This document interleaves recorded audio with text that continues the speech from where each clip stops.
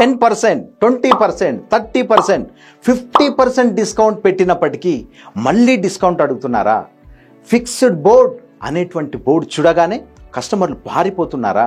మరి డిస్కౌంట్ ఇచ్చినా ఇవ్వకపోయినా కస్టమర్స్ని ఏ విధంగా క్లోజ్ చేయాలి అని తెలుసుకోవాలనుకుంటున్నారా?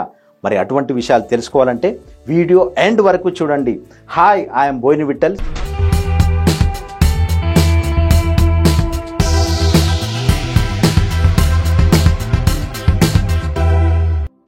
నేను ఇప్పుడు మీకు కస్టమర్కి డిస్కౌంట్ ఇచ్చినా ఇవ్వకున్నా ఏ విధంగా క్లోజ్ చేయాలి అనేటువంటి కొన్ని టెక్నిక్స్, కొన్ని టిప్స్ అయితే మీకు ఇస్తాను.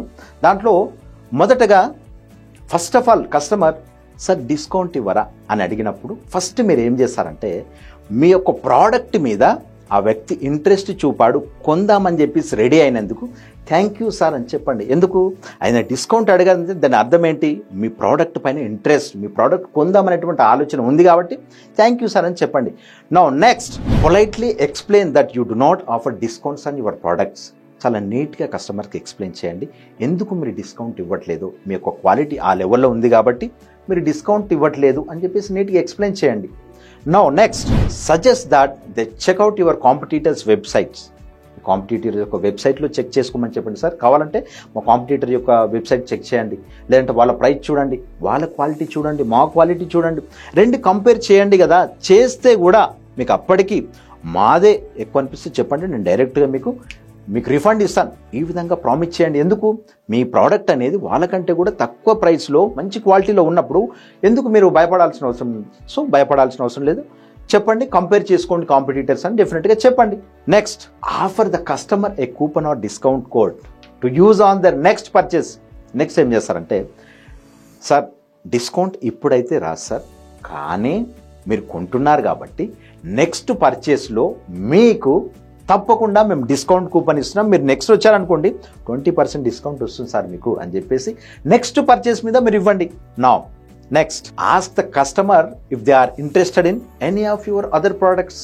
అంటే ఒకసారి ఏదైతే మీరు డిస్కౌంట్ రాదు అనేటువంటి ప్రోడక్ట్ ఉంది కాబట్టి డిస్కౌంట్ ఇవ్వలేదు, కస్టమర్ అనకండి సార్ మీరు ఈ ప్రోడక్ట్ అయితే అడిగారు, దీంట్లో అయితే డిస్కౌంట్ లేదు, కానీ మా దగ్గర ఇంకొక 2-3 ప్రోడక్ట్స్ ఉన్నాయి, వాటిని తీసుకోండి సార్, డెఫినెట్గా మీకు డిస్కౌంట్ ఉంది అని చెప్పేసి ఏదైతే మీరు డిస్కౌంట్ ఇవ్వగలుగుతారో ఆ ప్రోడక్ట్స్ని చూపియండి కదా.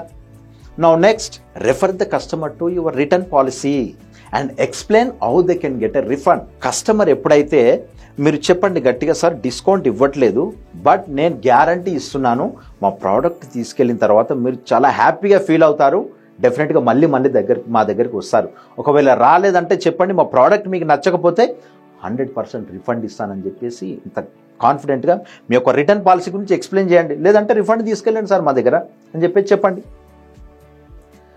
నెక్స్ట్, ఇవన్నిటి తర్వాత offer to put the order on hold so that the customer can think about it and come back later. ఫైనల్గా ఏం చేస్తారంటే సార్ ఓకే మీరు డిస్కౌంట్ అడుగుతున్నారు కానీ మా దగ్గర డిస్కౌంట్ రాదు సార్, కాకపోతే మీరు ఏమన్నా మనీ మీ దగ్గర తక్కువ ఉన్నా కానీ లేకపోతే మీరు ఒకవేళ మా కాంపిటీటర్ దగ్గర మాకంటే తక్కువ ఉన్నదని మీకు అనిపిస్తే తప్పకుండా వెళ్ళి చూసి రండి సార్, మీ ప్రోడక్ట్ని ఇట్లా పక్కన పెట్టేస్తాను, వచ్చిన తర్వాత తీసుకోండి సార్ ప్లీజ్ అని చెప్పండి. సో ఇటువంటి ఎన్నో రకాలైనటువంటి సేల్స్ క్లోజింగ్ టెక్నిక్స్ అనేది, టిప్స్ అనేది నా ఛానల్లో నేను షేర్ చేశాను.